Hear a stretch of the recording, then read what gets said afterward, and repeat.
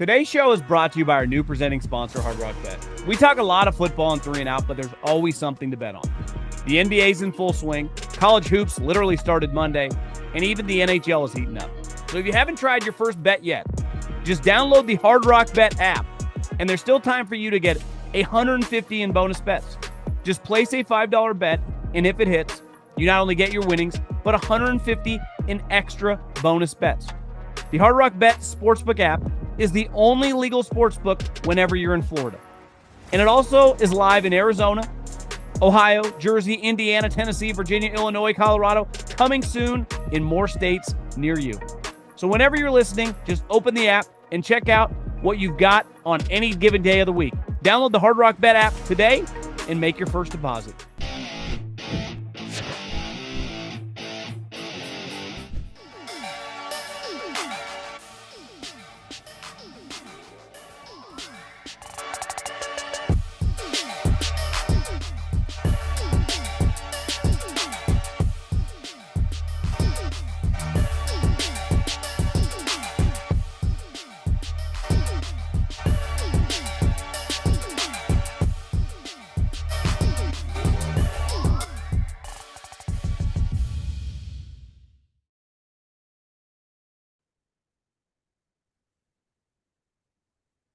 Happy trade deadline, a show presented to you by my friends, my partners, Zone Pouches. Very, very excited to be here on a Tuesday afternoon. We got a lot going on.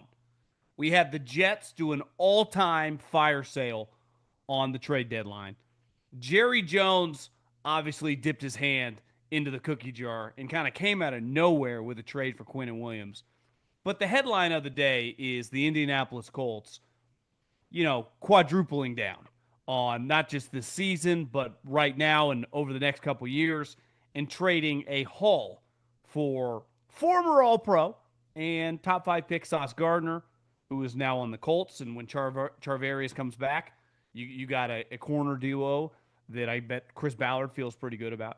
A lot of thoughts going on. We had a lot going on. Seattle, John Schneider made a trade today. Sneaky move.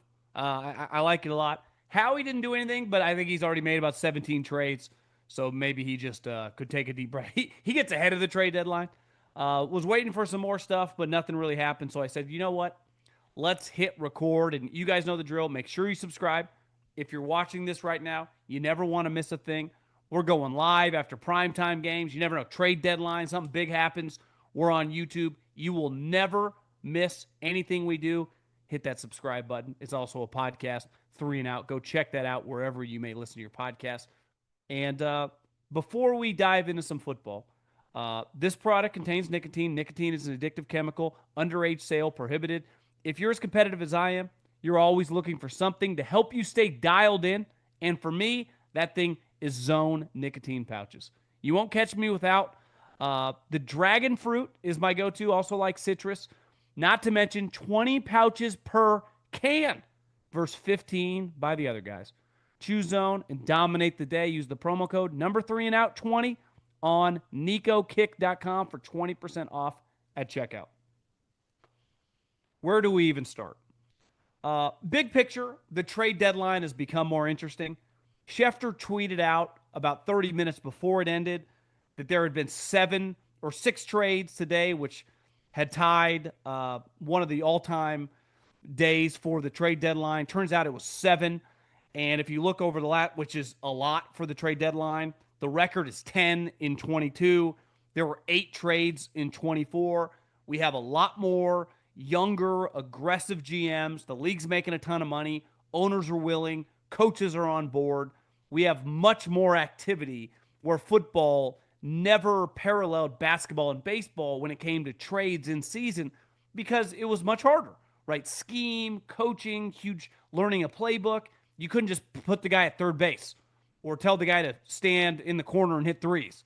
Football's a little more complicated that way, and I think maybe it's just people are running similar schemes, but I do think it gets back to the GMs being really aggressive and the money in the league for the owners to give the go-ahead, that we have much more action. And that doesn't even, the 7 trades today, doesn't even count. Howie Roseman made a trade yesterday. He made two the previous week. The Rams made a trade the previous week. The 49ers made a couple trades. So you have teams and GMs and franchises that are just willing to risk stuff, which is cool, which makes this stuff fun because historically this day can be a little boring. And that no longer is the case. And honestly, the lead up to this day is fun. Uh, but I'll start with the Jets because when you suck as bad as they do, there is no point in keeping players that have a lot of value because you're literally losing year after year with those players. So, big picture wise, totally understand why they hit the nuclear option and traded their, definitely their best player. I don't know exactly where Sauce ranks, but Garrett Wilson and Quinnen Williams I'd put on a different level than 2025 Sauce. But obviously, Sauce has a lot of value. And they got today 3 first-round picks, a second-round pick, a defensive tackle from the Cowboys. I don't know how good he is. And a Donnie Mitchell, who I've always kind of liked, though I had a personnel director called him, kind of an underachiever. He wasn't that big of a fan and thought that the Colts kind of got duped during that process because the coaching staff fell in love and they convinced the scouting staff to get on board. Either way, he's no longer a Colt. But I understand what the Jets are doing. And if I was the owner or I was the GM, I would do the same thing. And we have consistently seen this in or in other sports where the front office and the owners are in cahoots. They have a vision that mirrors each other. They're cool with the big picture. You know who doesn't? Is the coach typically. Because even if Aaron Glenn is cool with making these moves right now, is he going to get a long runway? Because this team and the pressure on them over the next couple of years is going to be to nail all these picks. And we literally saw Joe Douglas. I've told this story a million times, and I'll tell it again. I knew a guy on his staff, and back when they were just nailing picks, right? And he said, John, we can nail, of these 7 picks, if 6 of them become Pro Bowl guys, a couple of them become All-Pros, and we miss on the quarterback, we're all going to get fired. If we hit the quarterback and we miss on all these other players, we'll get contract extensions. And he was right because they hit on a lot of guys. Even a guy that's up in the air, I think is highly debated in the NFL, Sauce Gardner, just got them an absolute king's ransom. So the Jets now will go through a position for the next couple of years. They're going to get worse. It's going to be even uglier. And we saw famously a couple years ago, like Miami Dolphins, nuke this thing, blow it up, tank, and Brian Flores wasn't on board. Because at the end of the day, as a coach, you do get judged on wins and losses. And unlike the NBA, it's hard to go through 5-6 years where you're just losing all the time. You're going to get fired, regardless of the variables and circumstances. So to me, if Woody Johnson and the GM can look Aaron Glenn in the face and go, at minimum, you're getting like 4 years. Regardless what the contract says. I'm saying, we are not going to remove you from your office. He can get on board, but there's no way if I'm him, I can feel good about whatever they're telling me. Because we see this in the NFL. The Jets are going to be worse next year than they are this year. Think about that. They're going to be worse next year than they are this year. Hell, there's a decent chance. I watch a lot of college football. The quarterbacks in this draft, a lot of them might not come out. Last I checked, pays a lot to stay in college now. And none of these guys are top 5, top 10 locks. So it's like, yeah, you might get drafted in the teens or the 20s. You mean I'm taking a pay cut? Like, I make $7 million right now. Ask Arch or Dante Moore or Fernando Mendoza or Ty Simpson how good living is in their colleges right now. Or say in Ohio State. Or Bryce Underwood, and they're printing money. So unless you can guarantee me be a top 10-ish pick, it's not worth it. And I think the Jets here, can they withstand how ugly this thing is going to get? Because the worst word in sports and entertainment, in anything that people do like myself, where we're trying to get people to consume and trying to get people to give their time, is when fans become apathetic. It's a problem. And you can be like, oh, the Jets have 3 first-round picks in 2027. You know how long that is till we get there?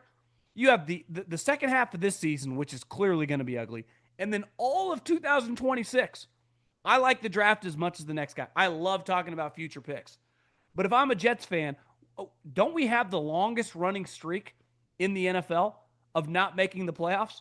Well, we're obviously not making it this year. We're definitely not making it next year. And then it's about the 2027 draft, which even if we nail some of those players, it might take them a couple years to be good. So we're a year away from being a year away from maybe being another year away. It's just a lot of like, hey, hope, keep your fingers crossed. Oh, yeah, we're the Jets, so it's probably not going to work out. Which, again, I totally understand why they made these deals. But this to just be like, oh, it's all going to work out, who's to say? I definitely do not feel that way at all. I just think it's going to be a long, long road for potentially turning it around in like 5 years, which seems crazy and pretty sad. And to me, the big winner right now, if you're like the Patriots and the Bills, you don't need to worry about this team at all. You got the Dolphins in shambles. I mean, these two teams are just a complete joke. And now you got to take advantage of the draft. Let's start with the Colts, because my first reaction with Indianapolis was, that's insane. That was my first reaction. Is I don't agree. I think it's too much. And immediately I start texting around. And as one executive put it to me, basically like, what does Chris have to worry about? He came into this year on the hot seat. What are they going to do? Fire him? He was probably planning on getting fired in the middle of the summer. So now that they're good, to double down, he's been the GM since 2017. They have not won a playoff game. Pretty sure they have not won the division during that time. It has not gone that well for Chris Ballard and Indy ever since Andrew Luck retired. Now he found his quarterback, who more than likely they're going to have to extend. They have a bunch of guys they've drafted who are clearly really good under contract. And their corner position, Charvarius Ward, who I hope everything's going to be all right after that pregame mishap where he got the concussion and he's on injured reserve, was playing like one of the better defensive backs in the league. And he's a big physical corner. He's a good player. When he's healthy, Charvarius is a high-end winning player. He's played for two teams, the Chiefs and the 49ers. That guy's done a lot of winning. So to me, Charvarius Ward is a proven winning player. Sauce Gardner simply is not. And the other thing, while Sauce is an all-pro his first couple years, a wise man in the league told me this probably within the last 12 months. If they ever start calling Sauce Gardner for pass interference, we're going to have problems. And what happened? Last year, they started officiating him differently, and it was hard because he couldn't just maul you down the field.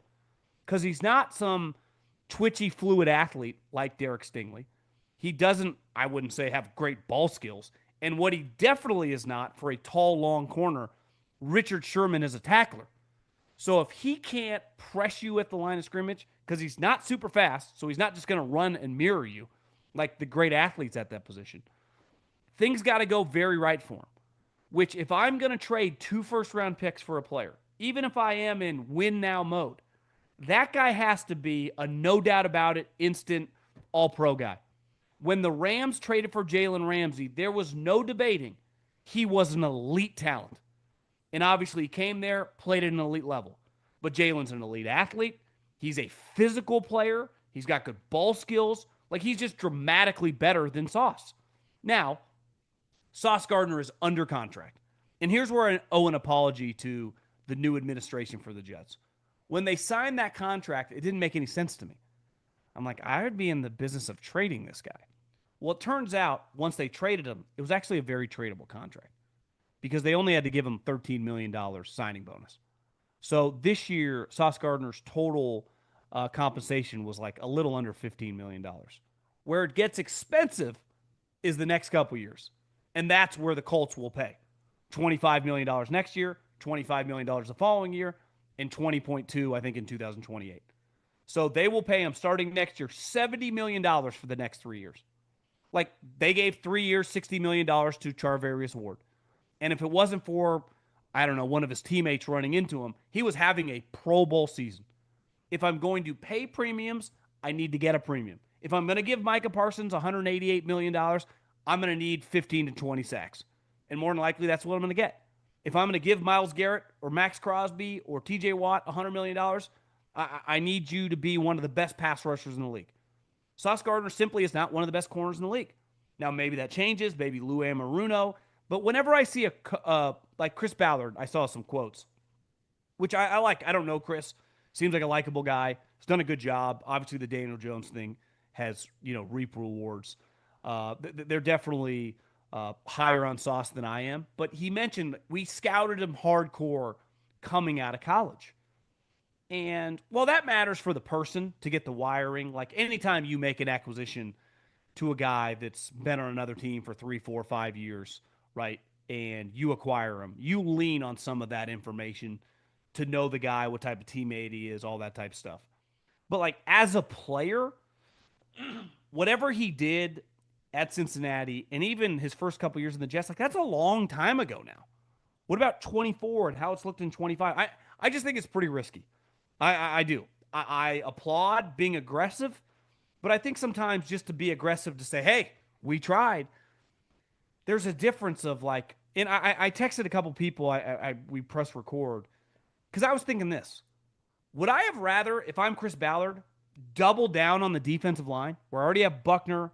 I drafted the UCLA kid, Kwity Paye. Like we got some pieces up there.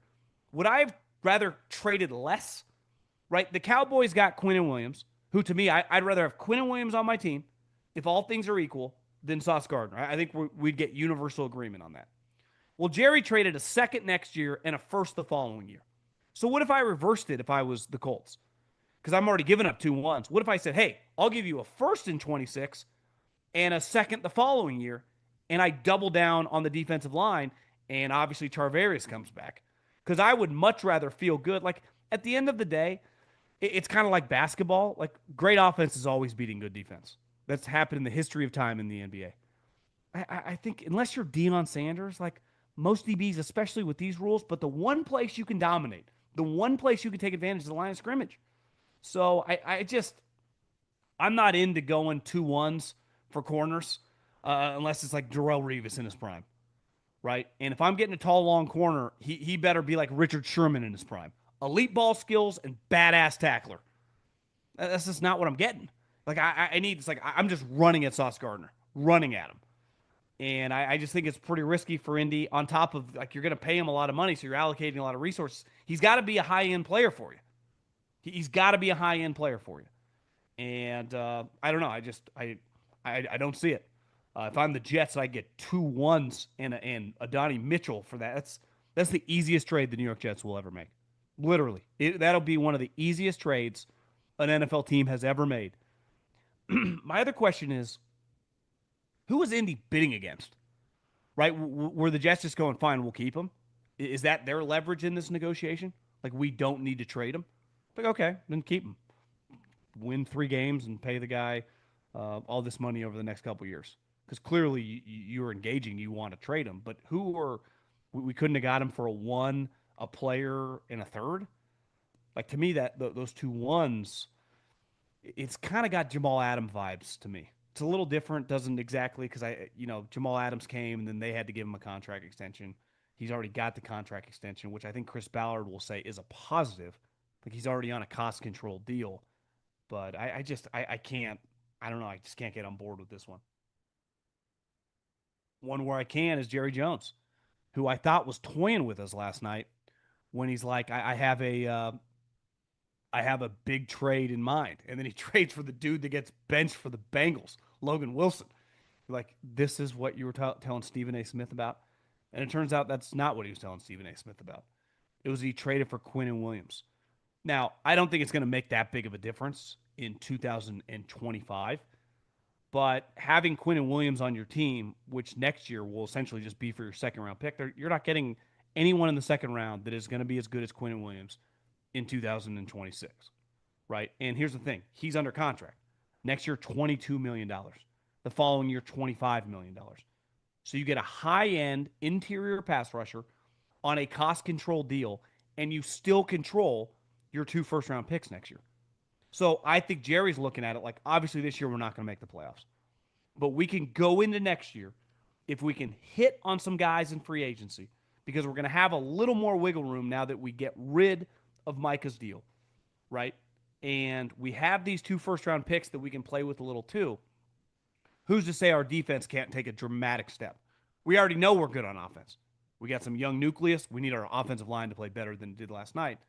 But like the trade for Dallas makes more sense to me than the Indy trade. So I like that deal. And again, if I were the Colts, I just my philosophy would be as a general manager to just lean the line of scrimmage. When all else fails, lean the line of scrimmage. I can get a Pro Bowl defensive lineman. I get a Pro Bowl offensive lineman. I'm in. How much am I paying for one of the guys on the outside? I don't know. I would talk myself out. So, in theory, good day for the Jets. Now they got to hit on the players. The problem is if you're a Jets fan, you just got to watch a lot of shitty football. Chris Ballard just said, it's now or never. And I think once you make that trade, anything less than being in basically the AFC Championship game the next couple years is a major failure, is a dramatic failure. You don't need to win the Super Bowl. You don't even need to get to the Super Bowl. But I do think you got to be in the Final Four. And for the Cowboys, they just used some of their ammo. And I think there's going to be a ton of pressure on Dallas to nail these draft picks in the springtime because they're going to need some impact guys. I mean, their defense is atrocious. So they're going to use, I would imagine, both their first-round picks on defensive players. And they're going to need both of them to be starters and probably one of them to be a high-end impact guy. So then you get a couple high-impact guys. You get Quinnen Williams. You got, a little momentum. You're also looking around. You're like, well, the Giants stink, and Washington has a lot of issues. So why can't we just vault ourselves to, a wild card caliber team immediately next year? And I don't necessarily disagree. Okay, the other trade of note was the Seattle Seahawks, who I would say right now, if I had to pick a team to win the NFC, I'm not quite sold on Philadelphia. We'll have to see how the offensive coordinator and Jalen, how that's like, can they maintain this? Is a running game going to work? Defensively, they've added some pieces. What type pop do they get? Obviously, they're, a legit contender and easily could win the NFC. But I do think I would lean probably the Rams as we sit here right now. I don't think Seattle is that far behind them. And the only reason I hesitate with Seattle is because last year, Sam in a couple of the big games didn't quite look like the Sam that we had seen all season. But right now, that defense looks fantastic. I mean, their defensive line is elite. Their secondary play has just ballers everywhere. Offensively, it's like their running backs are good. They got multiple tight ends. JSN, I'm just going to start calling him Jerry Rice. So to add Shaheed, who is an explosive player. I mean, multiple seasons he's averaged over 17 yards a catch. And his quarterback situation in New Orleans has kind of been a disaster. It was Derek Carr, and then last year it was a bunch of different guys, and now it's Spencer Rattler and Shuck, and it's like, what is going on? And this year, he has 44 catches and 500 yards through 9 games. Like, he's on pace, obviously, to have a career year, but like a legitimate high-end year. I mean, you're talking about a guy probably between 80 and 90 catches, 1,000 yards, and multiple touchdowns. But once you got rid of DK Metcalf, which clearly was the right move, you do take away speed from your offense. So you have these tight ends that can work the middle of the field. JSN can do a little bit of everything. You add Shaheed on the outside that gives him an explosive playmaker. Well, what does Sam Darnold like to do? He likes to let that thing fly. I mean, look at last year with Jefferson and Jordan Addison and Naylor. They were throwing bombs. So you add a more explosive threat. You get, I don't think they haven't played the Rams yet, have they? And they still play the 49ers again. Like, they are in very, very good position to I'm pulling up their schedule right now to make a legit run. They play the Cardinals this week. I like Seattle. So all of a sudden, if Seattle wins this week, they're 7-2. And then they still got the Rams multiple times. They got the 49ers. But they got some, very winnable games. The Panthers, the Falcons, the Titans. So I think they go, worst case, if we don't make this deal, we're a 10-win team. We're going to be a wild card playoff team. Can we win 13? Can we win the division? And I think the answer is 100% yes, you can. And this move, their team's already good. I think this is just a classic. Like this is a good trade, right? You're not giving a second day pickup for a player, but you're getting a guy for a fourth and fifth who could probably over the next 8 games, I don't know, realistically give you 35, 40 catches and 3 or 4 touchdowns, for a fourth and a fifth round pick when you already have the infrastructure of guys on the roster. So obviously, Indy, Dallas, and the Jets are going to take all the headlines. I think that's GM work. That's why John Schneider is one of the best in the business because Seattle's a team. I dabbled on this one, 5-1 to win the NFC to start the year. They still have longer odds than the Niners and the Rams, which to me is a little crazy. But I like Seattle a lot, and I think this win is going to kind of pay dividends.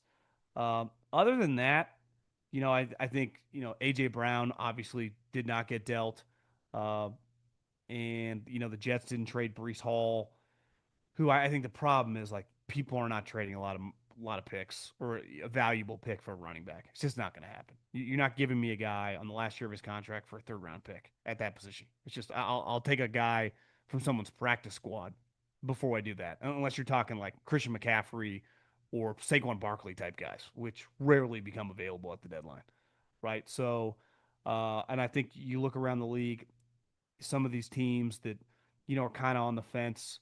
It also takes two to tango. And an underrated part in the NFL that's different from definitely baseball and even basketball. In basketball, you got to match salaries. In the NFL, a lot has to do with if I've paid a guy, if I trade him, it kind of ruins my cap because the prorated bonus gets accelerated. If you're already under contract, if I'm trading for you, this is going to be the problem for Tua and the Kyler Murrays that even if I no longer have to pay him guaranteed money, like when I trade for that contract, it is a large, as they call it in the business, P5, which is paragraph 5, which is your base salary. These guys make a lot of money. And this is all a puzzle job of how much am I paying guys, how much am I paying other guys on my roster. And I think that complicates stuff. So uh, unless you're, clearly Indy thinks Sauce Gardner has great football ahead of him, Quinnen Williams is a high end football player. You can talk yourself into those moves a lot quicker than some of these other guys that may have larger salaries that are available, but you're like, I don't know if this is quite worth it. So pretty entertaining day. I think the NFL has definitely improved because when I was a kid, obviously trades in the off season, but you just did not get regular season trades like we do now, which is awesome because forever it was like great players got traded in basketball all the time. Great players always got traded in baseball at the trade deadline. And football has really stepped up their game, which we all win for. It's this is entertainment, and this is pretty entertaining. Well, thank God, Monday Night Football because I said I was anti reading or following anything with the ESPN and the YouTube deal. I did listen to a podcast and I also read a couple articles about it. Uh, doesn't feel like we're headed for a resolution anytime soon. And my overall take is just doing a little of my own research. Is Google is so freaking big and has so much money, they don't need to say yes to anything Disney wants. Obviously, it's you don't want to have a product which is only growing by the month, right? That does not have Monday Night Football. That's a pretty important thing to have on your television bundle that you're offering, whatever we all pay for it. I don't know. I just press subscribe. But Google is so much bigger than Disney that at the end of the day, if this doesn't work out for them and they don't come off the number in which they're willing to pay Disney, which I think has been like close to $2 billion a year, which to them is nothing. Um, it's not like they're going to go under. It's not like YouTube TV is going to go away. It's just going to be up to, based on my take and my educated guess, is that like is Disney willing to give in a little bit and go, yeah, we would like a little more, but this is still making us a lot of money. And at the end of the day, we, in a weird way, almost need you more than you need us. And this gets back to like anyone that's ever followed or read about Costco, the way they do business with whoever. which it's been stuff of legend that if you want to have a SKU at Costco, if you're Gillette razors or Stanley or whatever the company is, you have to give them a unique SKU inside the building that does not exist in Safeways and Targets anywhere else, only Costco. But once you get into Costco, they immediately become the majority of your business. So over time, they have all the leverage over you. You need them. They don't need you. And that's what this feels like a little bit. Now, overall, I don't really like, I'm not a part of I'm not going to profit. I'm not a stockholder in Google or in Disney. I just want to be able to turn on my television on Monday night and have ESPN on YouTube TV. I want to be able to sit on my couch and just go to YouTube TV to watch college football games. Like I don't care about who's got the leverage here, but I have come to grips with I don't think this is going to change anytime soon, and I don't expect Google to be like, okay, we're paying you $2 billion, now we'll pay you 4.5, like because they don't need to do that. They just don't. So I think Disney, who historically has always had a lot of juice in these negotiations because you want them as part of your bundle, it's a big deal. They finally met someone that's like, yeah, we just do not care. We truly do not care. And whether that benefits us, clearly it does not. And it kind of sucks. But I don't just expect to Google gave in and gave Disney and Bob Iger what they wanted. I wouldn't hold your breath for that moment. Congrats to the Jets. More draft picks. Godspeed.